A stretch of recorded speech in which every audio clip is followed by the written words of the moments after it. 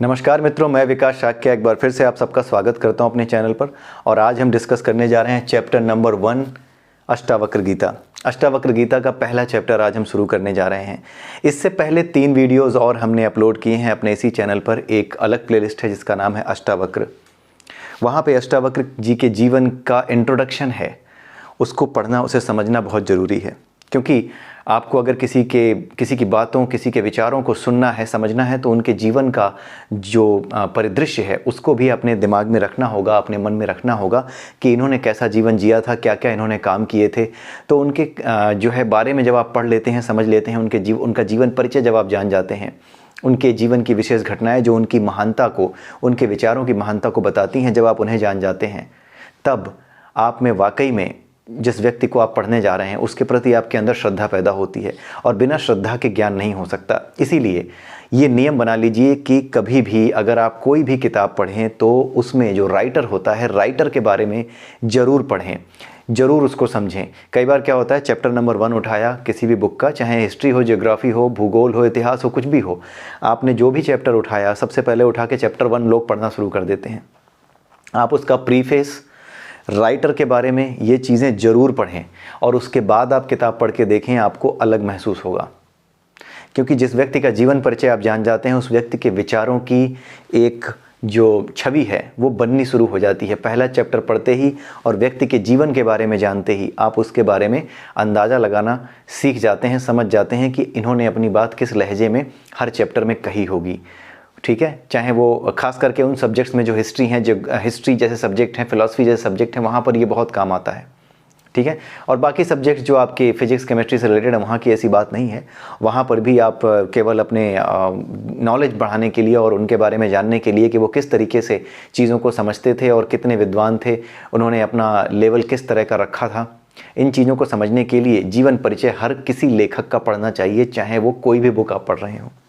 इसलिए आप पहले अष्टावक्र जी के जीवन परिचय के बारे में जाकर के उस वीडियो प्लेलिस्ट में ज़रूर देखें।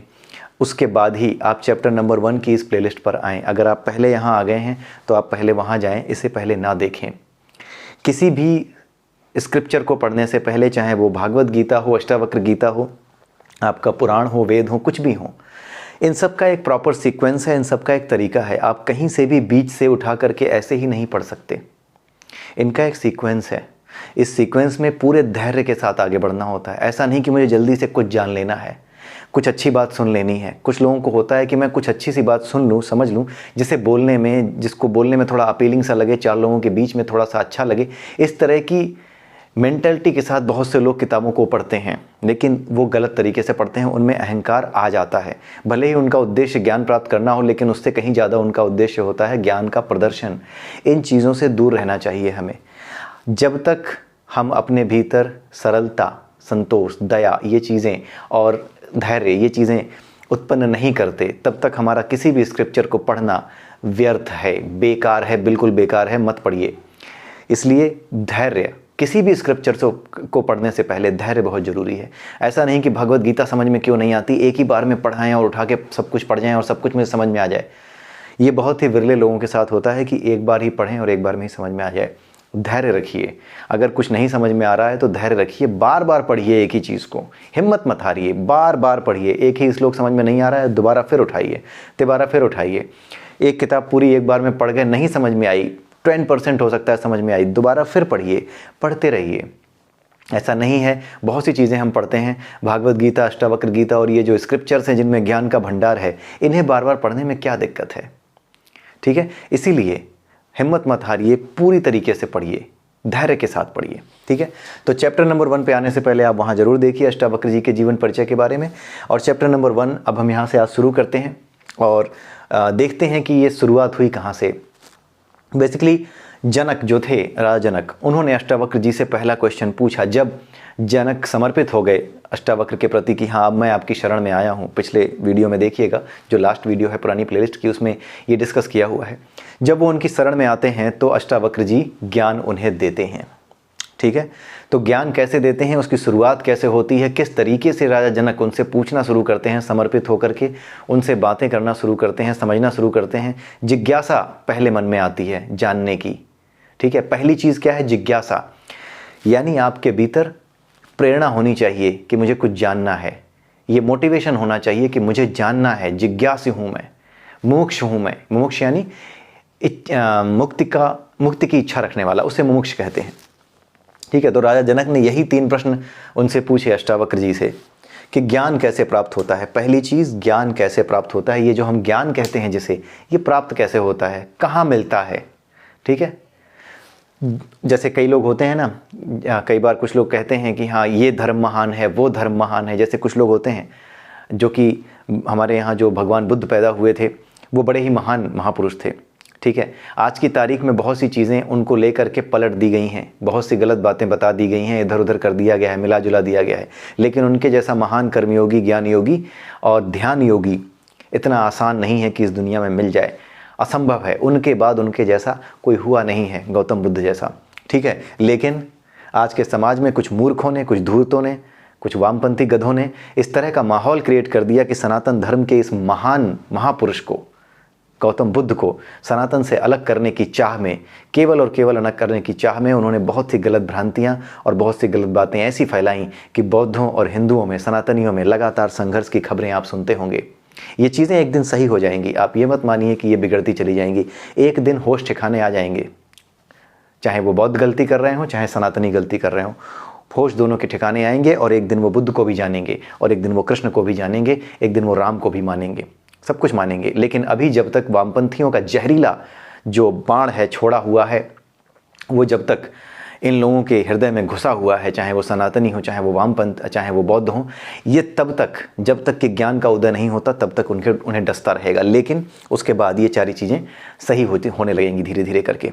ठीक है, तो सबसे पहली चीज़ ये है कि जैसे गौतम बुद्ध के बारे में मैंने बात क्यों की, क्योंकि कुछ लोग जो होते हैं कहते हैं कि हाँ गौतम बुद्ध महान ज्ञानी थे, ये थे, मतलब बहुत बड़े महापुरुष थे। अब जब उनसे अगर पूछा जाए कि ये बताओ गौतम बुद्ध को पीपल के पेड़ के नीचे बैठने से ज्ञान कैसे प्राप्त हो गया, भाई उस पीपल के पेड़ के नीचे उनसे पहले और भी बहुत से लोग बैठे होंगे, तो उन्हें ज्ञान क्यों नहीं प्राप्त हुआ? पीपल के पेड़ में वो बात थी या ज्ञान था कहां? क्या पीपल का पेड़ था ज्ञान की वजह, या ज्ञान की वजह कुछ और थी? तो ज्ञान की वजह कुछ और थी। पहले तो ये प्रश्न ही दिमाग में आना चाहिए। जिनके दिमाग में ये प्रश्न नहीं आता, वो चाहे जितना भी बुद्ध बुद्ध कर लें, वो शुद्ध नहीं है। ठीक है, वो केवल राजनीतिक बुद्ध हैं और कुछ नहीं है, वो बदमाश हैं। ठीक है, बुद्ध बहुत ही शुद्ध हैं। बुद्ध को जानना राजनीतिक रूप से दूषित मन वाले लोगों के बस का नहीं है।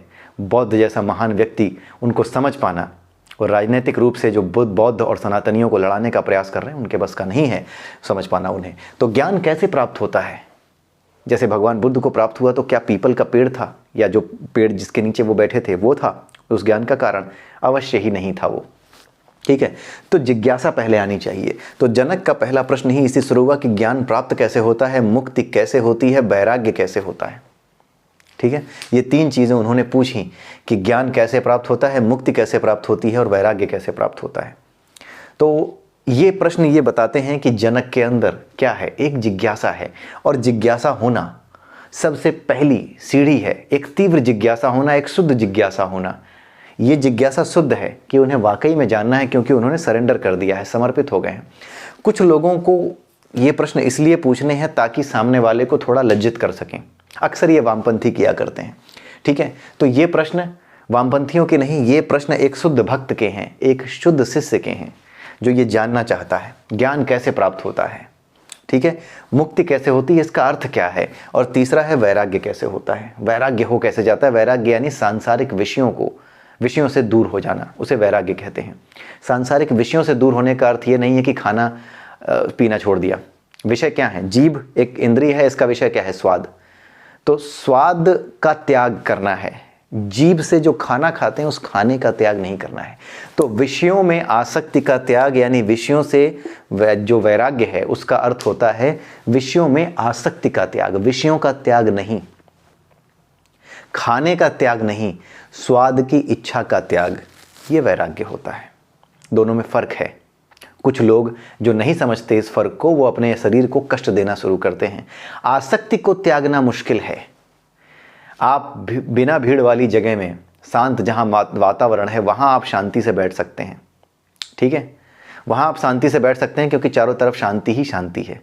लेकिन असली कला तो वो है, असली संघर्ष तो वो है, असली महानता तो उसमें है कि आप चारों तरफ भीड़ से घिरे हों, चारों तरफ चाँव चाँव काँव काँव हो रही हो, इसके बावजूद भी आप अपने मन को स्थिर कर पाएं। ये है कला, और इसी को आसक्ति से मुक्ति कहते हैं। चारों तरफ शोर शराबा है, लेकिन फिर भी आप उस शोर शराबे से अप्रभावित हो। ठीक है, आपका ध्यान उस शोर शराबे की तरफ न जाकर के भिन भिन भिन भिन जो आवाज़ें आ रही हैं आपके चारों तरफ से, उनकी तरफ न जा करके अपने विषय की तरफ जा रहा है। जिस तरफ आप सोच रहे हो उधर जा रहा है, और इस भीड़ में भी आप शांत हो। भीड़ में शांति की तुलना आप आसक्ति के त्याग से कर सकते हैं, और इसी आसक्ति के त्याग को आप क्या कहते हैं? वैराग्य कहते हैं। ठीक है, उसके बाद दूसरा श्लोक यहाँ पर अष्टावक्र जवाब देते हैं, जनक के प्रश्न का जवाब देते हैं। ज्ञान कैसे होता है, मुक्ति कैसे होती है, वैराग्य कैसे होता है, इसका जवाब देते हैं। ठीक है, तो अष्टावक्र जी कहते हैं कि यदि तू मुक्ति चाहता है, मुक्ति अगर चाहता है तो विषयों को विष के समान छोड़ दे। जिस तरह से जहर को छोड़ दिया जाता है, जहर को नहीं पीना चाहिए, जहर को नहीं चखना चाहिए, ठीक उसी तरीके से ये जो विषय हैं, विषय कौन? स्वाद। स्वाद में आसक्ति, ये विषय के प्रति आसक्ति है, इसी का त्याग करना होता है। तो यहाँ वो कह रहे हैं कि विषयों को विष के समान छोड़ दे, यानी जो विषय हैं, जो कोई भी विषय जो कि आपको आसक्त करते हैं, चाहे कोई भी इंद्रिय विषय हो, जीभ का विषय है स्वाद, ऐसे ही हमारे शरीर में बहुत सी इंद्रियां हैं, उन सब के अपने विषय हैं।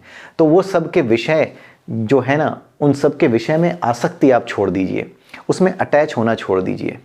ठीक है, ऐसे समझ लीजिए कि किसी प्लेटफॉर्म पे आप बैठे हैं, ट्रेनें आ रही हैं, ट्रेनें जा रही हैं, आपको उन ट्रेनों को आता जाता देखना है, चढ़ना किसी में नहीं है। तो आप एक लाइट हिलाने वाले गार्ड की भूमिका में आ जाइए। जिस तरह से रेलवे स्टेशन पर एक लाइट हिलाने वाला गार्ड होता है, उसको किसी गाड़ी से कोई अटैचमेंट नहीं है कि मेरी गाड़ी आ रही है, मेरी तेरी का उसके लिए कोई चक्कर नहीं है। वो गाड़ियों को आता जाता देखता है और उन्हें रवाना करता रहता है, उसका अटैचमेंट किसी गाड़ी में नहीं है। ठीक इसी भाव के साथ विषयों को, यानी भूख लगी है, खाना खा रहे हो, कुछ भी आपकी जो इंद्रियों का जो मूल विषय है, चाहे वो कान हो, आँख हो, नाक हो, सबका विषय है। जो कुछ भी मिल रहा है, कान है, कुछ सुनने को मिल रहा है, सुन लो, लेकिन उसमें आसक्ति मत रखो। किसी ने गाली दी, ठीक है, मूर्ख है वो, ठीक है, लेकिन आसक्ति नहीं कि मेरा अपमान किया। ठीक है, आसक्ति नहीं रखनी है, यही चीज़ है, यही समझाया गया है। किसी गाड़ी में चढ़ना नहीं है, गाड़ी आ रही है, जा रही है, प्लेटफॉर्म पे आप बैठे हो, आप जो है उसको पास दे रहे हो, लेकिन आप किसी गाड़ी में चढ़ने के इच्छुक नहीं हो, किसी गाड़ी से आपका कोई अटैचमेंट नहीं है। ठीक इसी भाव के साथ जीवन के सभी विषयों को जीना है, अपना कर्तव्य समझ के कि हाँ भूख तो लगेगी ही, पेट दिया है, भूख तो लगेगी ही, जीभ दिया है, इसी से हम खाएं, भले ही हम अनासक्त होकर के खाएं, लेकिन स्वाद तो आएगा ही। जो आदमी ये सोच के कहे कि नहीं मुझे स्वाद में कोई दिलचस्पी नहीं है, क्या उसे स्वाद नहीं आएगा? स्वाद में दिलचस्पी की बात सोच लेने भर से स्वाद आना वो थोड़ी बंद हो जाएगा। स्वाद तो फिर भी आएगा, और यही परीक्षा है। स्वाद तो फिर भी आएगा, लेकिन फिर भी इस स्वाद से अटैच नहीं होना है, यही बात है। तो यही कहा जा रहा है कि विषयों को विष के समान। विष के समान क्यों? क्योंकि जिस तरह से जहर आपको मारता है, उसी तरीके से ये जो विषय हैं ये आपको मारेंगे। आपको मारेंगे क्या मतलब है? मर तो हम सभी जाते हैं, शरीर तो हमारा मर जाता है, लेकिन हमारे मरने का अर्थ हमारे शरीर का मरना नहीं है। हमारे मरने का अर्थ यहाँ पर है हमारी अवनति, हमारा नीचे गिरना। किसका नीचे गिरना? हमारी आत्मा का नीचे गिरना। ये फिगर हमने कई बार डिस्कस किया है भागवत गीता में, इसको अभी मैं समझाता हूँ कि ये क्या है। पहला ये वीडियो है, ये थोड़ा लंबा होगा, लेकिन बाकी श्लोकों को छोटे छोटे में हम कवर कर पाएंगे। ये पहला वीडियो है, यहाँ पर बेसिक समझाना जरूरी है इस पहले चैप्टर का, इसीलिए थोड़ा लंबा है ये वीडियो। ठीक है, तो विषयों को विष के समान छोड़ दे। विष वो होता है जो हमें मारता है, तो वो विष जो हमें मारता है वो क्या करेगा? वो हमारा जो शरीर है, इस शरीर के भीतर जो आत्मा है, कैसे है आत्मा? हमारे शरीर के 5 कोश हैं। सबसे बाहरी कोश जो ये हमारा शरीर है, इसको अन्नमय कोश कहते हैं। उसके भीतर होता है प्राणमय कोश, और यहाँ से क्या शुरू होती है? जीवात्मा शुरू होती है। ध्यान दीजिए, जीवात्मा, आत्मा और परमात्मा, ये 3 चीज़ें हैं। भागवत गीता में चैप्टर नंबर 13 में इसको बड़े अच्छे से एक्सप्लेन किया गया है। ठीक है, आप चाहें तो हमारे चैनल पर वो भी अवेलेबल है, उसे पढ़ सकते हैं। सबसे बाहर अन्नमय कोश, उसके भीतर प्राणमय कोश, जहाँ से प्राण शुरू होते हैं, जहाँ से जीवात्मा शुरू होती है, जहाँ से जीव शुरू होता है। ये शरीर जीव नहीं है। इस शरीर के भीतर जो रह रहा है, जो इसे चला रहा है, जो इसके चलने का कारण है, जिसकी वजह से मैं बोल रहा हूँ, जिसकी वजह से मैं सांस ले रहा हूँ, वो मेरे इस शरीर से अलग है। उसी को जीव कहते हैं। इसकी व्याख्या चैप्टर नंबर 13 भागवत गीता में बड़े अच्छे से आप समझ सकते हैं। प्लेलिस्ट अवेलेबल है, ठीक है, हमारे ही चैनल पे, ठीक है। तो प्राणमय कोश, यहाँ से शुरू होती है जीवात्मा। प्राणमय के भीतर होता है मनोमय कोश, जिसमें मन की भावनाएं, जीवन भर अपने मन में जितनी वासनाओं के प्रति हम अटैचमेंट रखते जाते हैं, उन सभी अटैचमेंट का इम्प्रिंट, या फिर ये समझ लीजिए कि उन सभी वासनाओं का बीज हमारे मनोमय कोश में धूल की तरह फैला रहता है। या फिर जिस तरह से खेत में बीज पड़े होते हैं, वैसे वो हमारे मनोमय कोश में फैल जाता है। इसी को कहते हैं मन का दूषित होना विषयों से, ठीक है। उसके ऊपर, उसके भीतर अगर आप आते हैं तो फिर होता है ज्ञानमय कोश। ज्ञानमय कोश में वो ज्ञान रहता है जो आत्म का ज्ञान है। ये होता है पहले से, लेकिन इस तक हम क्यों नहीं पहुंच पाते? इसलिए नहीं पहुंच पाते क्योंकि मनोमय कोश में हमारा जो वासनाएं हैं वो भरी होती हैं, उन वासनाओं में ही उलझे रहते हैं। जब उन वासनाओं में ही उलझे रहते हैं तो ज्ञानमय कोश तक हम पहुंच नहीं पाते। ये सारे कोश एक दूसरे से सटे हुए हैं, इनके बीच में मनोमय कोश है जो बीच में बैठा रहता है, और इसमें वासनाएं हम भरते रहते हैं। इसी वजह से क्या है, ज्ञानमय कोश से हमारे मनोमय कोश का सीधा संपर्क नहीं होता। मन ही ज्ञानमय कोश से टच कराता है और मन ही आपको ज्ञानमय कोश से दूर करता है। मन कब आपको ज्ञानमय कोश से दूर करता है? जब मनोमय कोश में ढेर सारे बीज पड़े हों, किसके? वासनाओं के। तब ये कनेक्शन नहीं होने देता ज्ञानमय कोश से। इसको बड़े ध्यान से समझिए। ये जो फिगर हमने डिस्कस किया है भागवत गीता में और अष्टावक्र गीता में भी, जो शुरुआत में इसको मैं एक्सप्लेन करने जा रहा हूँ, और हर श्लोक के साथ ये बना हुआ आपको मिलेगा हर वीडियो में। अगर ये आपकी समझ में आता है, बहुत सिंपल सा है, अगर ये आपकी समझ में आ गया है, समझ में आता है, तो कोई श्लोक भागवत गीता में और कोई श्लोक अष्टावक्र गीता में ऐसा नहीं होगा जो आपको समझने में मुश्किल हो। बिल्कुल हमने हर चीज़ को समझ लिया है, ये कोई दावा नहीं कर सकता, क्योंकि ये बहुत बड़े बड़े ज्ञानियों के कही हुई बातें हैं। लेकिन जितना समझ में आना चाहिए, जो उपनिषदों का सार है, जो इन ग्रंथों का सार है, वो आपको निश्चित ही समझ में आएगा, जो यहाँ पर हमने समझने की कोशिश कर ली इन शरीर के 5 कोशों को। तो अंदर का कोश आपने देखा ज्ञान में, इसमें वो ज्ञान होता है जो आत्म का ज्ञान है। अपने आत्म के ज्ञान को जितना आप खोलते जाओगे, यानी मनोमय कोश से जितनी वासनाएं हटाओगे, उतना ज्ञानमय कोश से ज्ञान जो भरा हुआ है वो खुलता जाएगा, उसमें फिल होता जाएगा। ज्ञानमय कोश उतना ज़्यादा ओपन होता जाएगा। ज्ञान मतलब वासनाएं खत्म होते ही, वासनाओं के बीज हटते ही ज्ञानमय कोश का रास्ता खुलेगा और वो ओपन होता चला जाएगा। जैसे ही वो ओपन होता चला जाएगा, उसमें ज्ञान, कौन सा ज्ञान? आत्म का ज्ञान।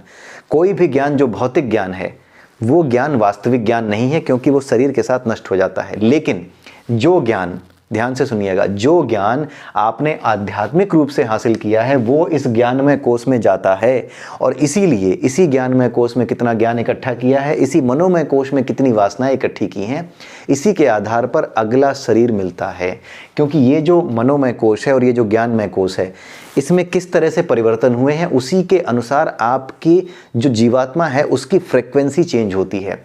और फ्रीक्वेंसी जब चेंज होती है तो जिस एनर्जी लेवल पे आपने अपनी आत्मा को, अपनी जीवात्मा को स्थिर कर लिया है अपने जीवन में, उसी एनर्जी लेवल के बेस पर आपको नया शरीर मिल जाता है। एनर्जी ही तो कन्वर्ट होती है ना मास में, एनर्जी मास में कन्वर्ट होती है, तो साइंस भी कहता है, और यही बात हमारे वेद पुराण भी कहते हैं, सब कुछ कहते हैं। कुछ ऐसा नहीं है जो पहले से है नहीं, बस इसको देखने की दृष्टि, हमने दृष्टि डाली नहीं, दृष्टि डाली तो हमें पता लगने लगा, ठीक है। और इस दृष्टि की बड़ी आवश्यकता है। तो इसमें जो ये ज्ञानमय कोश है, इस ज्ञानमय कोश में जो बातें कही गई हैं कि ज्ञानमय कोश में ज्ञान इकट्ठा होता है, आत्मा का ज्ञान, आत्म का ज्ञान इकट्ठा होता है, ये नहीं खत्म होता, ये प्रेरणा के रूप में बना रहता है। हो सकता है अगले जन्म में आपको गीता के श्लोक न याद रहें, लेकिन उससे जो ज्ञान खुला, जो ओपन हुआ, ज्ञान की जो ग्रंथियां खुली, जो ज्ञान, आत्मज्ञान आपके भीतर भरना शुरू हुआ, वो जिस लेवल पे था पिछले जन्म में, जब आपकी डेथ हुई, तो वहीं से अगले जन्म में फिर आगे बढ़ जाएगा। लेकिन पिछले जन्म में जो भौतिक विज्ञान, रसायन विज्ञान या मैथमेटिक्स पढ़ के आए थे, वो अगले जन्म में याद नहीं रहेगा।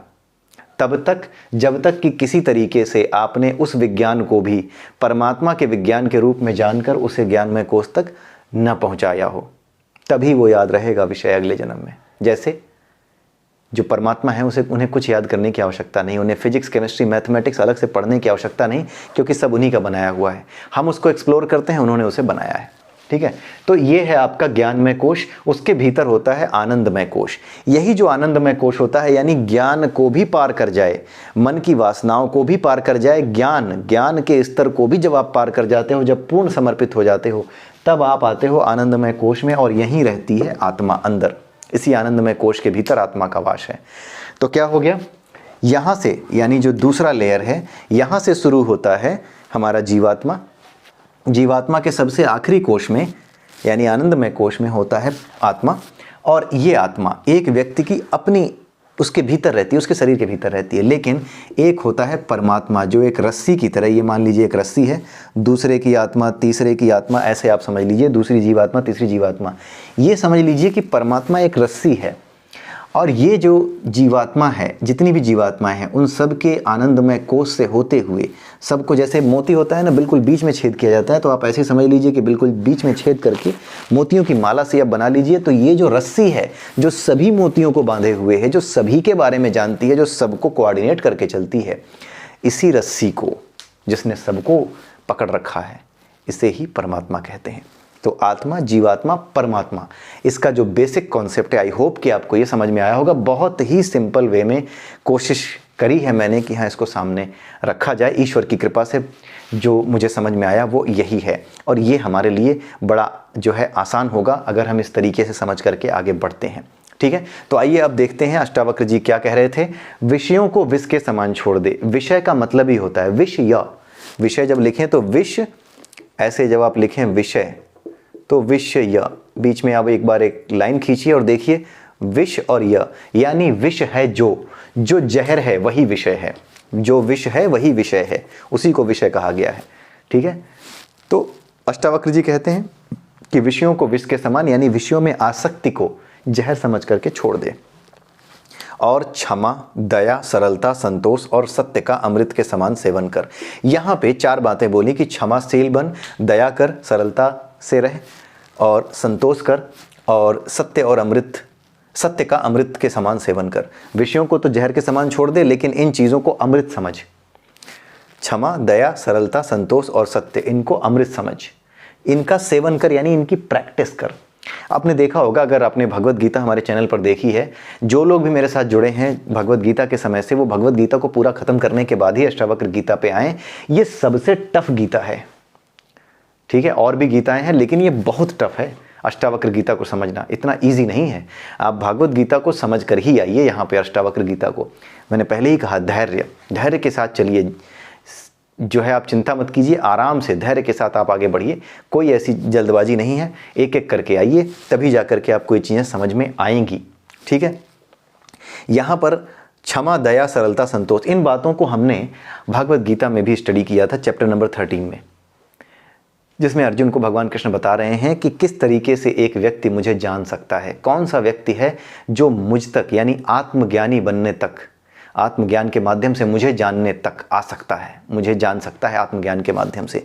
तो वो व्यक्ति जो आत्मज्ञान के माध्यम से भगवान कृष्ण को जान सकता है, उसके लिए उन्होंने कई गुण बताए थे। 24 या 25 गुण उसमें लिखे हुए थे, जो हमने डिस्कस किए हैं 13वें चैप्टर की प्लेलिस्ट में, शायद तीसरी या चौथी प्लेलिस्ट होगी, उसमें डिस्कस किया है। तो उसमें ये चीज़ें आती हैं, क्षमा, दया, सरलता, संतोष और सत्य बोलना, ये सारी चीज़ें उसमें बताई गई हैं। अब आप देखिए ये चीज़ें ऐसी क्यों कही गई हैं, इससे फ़र्क क्या पड़ जाता है क्षमा से, दया से, सरलता से या संतोष से। ठीक है, सरलता, दया, संतोष, इसका मतलब क्या होता है, ये चीज़ें हमने भागवत गीता में डिस्कस की हैं। संतोष का मतलब ये नहीं होता कि आप जो है जो चीज़ें आपको जीवन में मिली हैं आप कहिए कि बस ये हो गया, काम करना छोड़ देना, ये संतोषी होना नहीं है। संतोषी होने का अर्थ कभी भी इस तरह से ना लगाएं कि मैंने काम कर देना छोड़ देना है और अब मुझे काम नहीं करना क्योंकि जो मिला हुआ है बहुत है, 2 वक्त की रोटी चल जाती है। इसे संतोष करना नहीं कहते। पहले तो इस चीज़ को, इस भ्रांति को दूर कर लीजिए कि अगर आप इसे संतोष समझते हैं तो आप संतोषी नहीं हैं, आप आलसी हैं। संतोषी और आलसी एक दूसरे के पर्यायवाची भी नहीं है। इसी से समझिए कि कुछ तो अंतर होगा। लेकिन कुछ लोग संतोषी और आलसी दोनों को एक समझने लगते हैं, संतोष को आलस से लेने लगते हैं।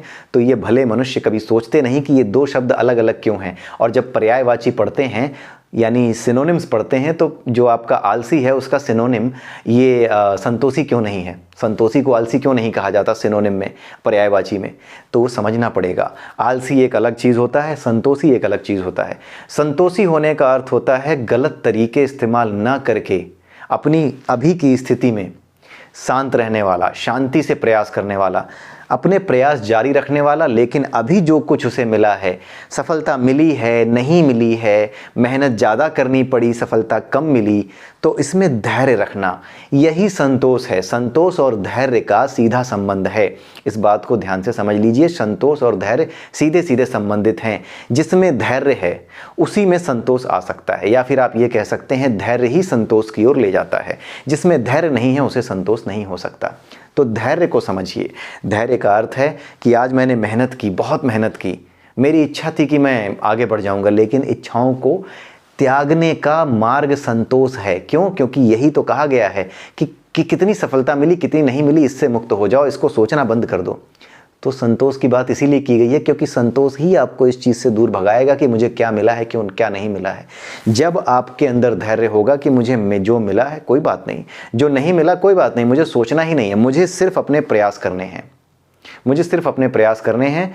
संतोष रखना है कि जो है वो बहुत है, ठीक है, जो है, जो मुझे मिला है वो बहुत है। इसके लिए गलत तरीके इस्तेमाल करके मुझे आगे नहीं बढ़ना है। जो कुछ मिला हुआ है उसके बारे में मुझे सोचना नहीं कि मैं इतना क्यों नहीं कर पाया, मैं इससे ज़्यादा क्यों नहीं कर पाया, ये चीज़ें नहीं सोचनी हैं। बस ईमानदारी से अपने प्रयास करने हैं, यानी धैर्य रखना है असफलता में भी।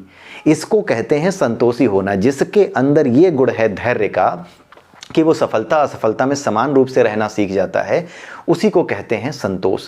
तो जो अपने अंदर संतोष पैदा करता है, आप ऐसे समझिए कि संतोषी बनने की प्रैक्टिस करना इस तरीके से कि सफलता मिली असफलता मिली कोई नहीं, मैं फिर प्रयास करूंगा, इसी को कहते हैं संतोषी होना। ये एक प्रैक्टिस है, संतोषी होना एक प्रैक्टिस है जो आपको कैसा बनाती है, धैर्यवान बनाती है। ठीक है, ऐसे समझिए इसे। संतोष वो वामपंथियों की परिभाषा मत समझिए कि अरे तुम्हारे यहाँ संतोष लिखा है, तुम बैठ जाओ घर पे, उसमें तो लिखा है संतोष करो। तो उन गधों से आप दूर रहिए, बहुत खतरनाक जीव है वो। ठीक है, आप अगला देखिए इसमें क्या लिखा हुआ है। संतोष की बात की है, सरलता, क्षमा, दया। क्षमा, दया, ये सारे गुण कैसे विकसित होते हैं आप देखिए। एक एग्जाम्पल भी हमने दिया हुआ था, जैसे इसमें एक सिंपल सी चीज़ ले लेते हैं, सरलता को ले लेते हैं, दया, क्षमा, इन चीज़ों को ले लेते हैं।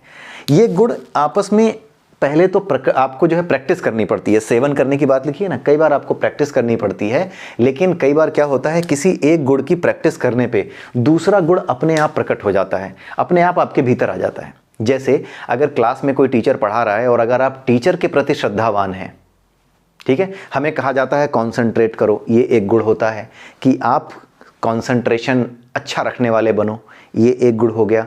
दूसरा, ध्यान से सुनने वाले बनो। तीसरा, धैर्यपूर्वक हर बात को सुनो। ठीक है, ये जो है छोटी छोटी चीज़ें हैं जो कि एक एक गुण दिखाई दे रहे हैं, अलग अलग कई। लेकिन अगर मान लीजिए जो टीचर आपको पढ़ा रहा है उनमें बच्चों का कोई इंटरेस्ट नहीं है, या फिर उनके पढ़ाने का तरीका ऐसा लगता है कि बड़ा ही बोर सा है, नीरस सा है, तो बच्चे क्या करते हैं, बच्चे उनकी बात नहीं सुनते। तो उससे होता क्या है, जब बच्चे उनकी बात नहीं सुनते यानी उनमें श्रद्धा नहीं रखते, तो बाकी चीज़ें आ ही नहीं सकती। वो चाहे कितना भी ध्यान देना चाहे, बीच बीच में ध्यान जाएगा, फिर थोड़ा सुनेंगे क्या पढ़ा रहे हैं, फिर वापस अपने दोस्त से बात करने लगेंगे, क्लास में बिल्कुल केओस मचा के रख देंगे, बातचीत चलती रहेगी। ठीक है, तो इस तरीके से कभी भी गुण उत्पन्न होता ही नहीं। किसका?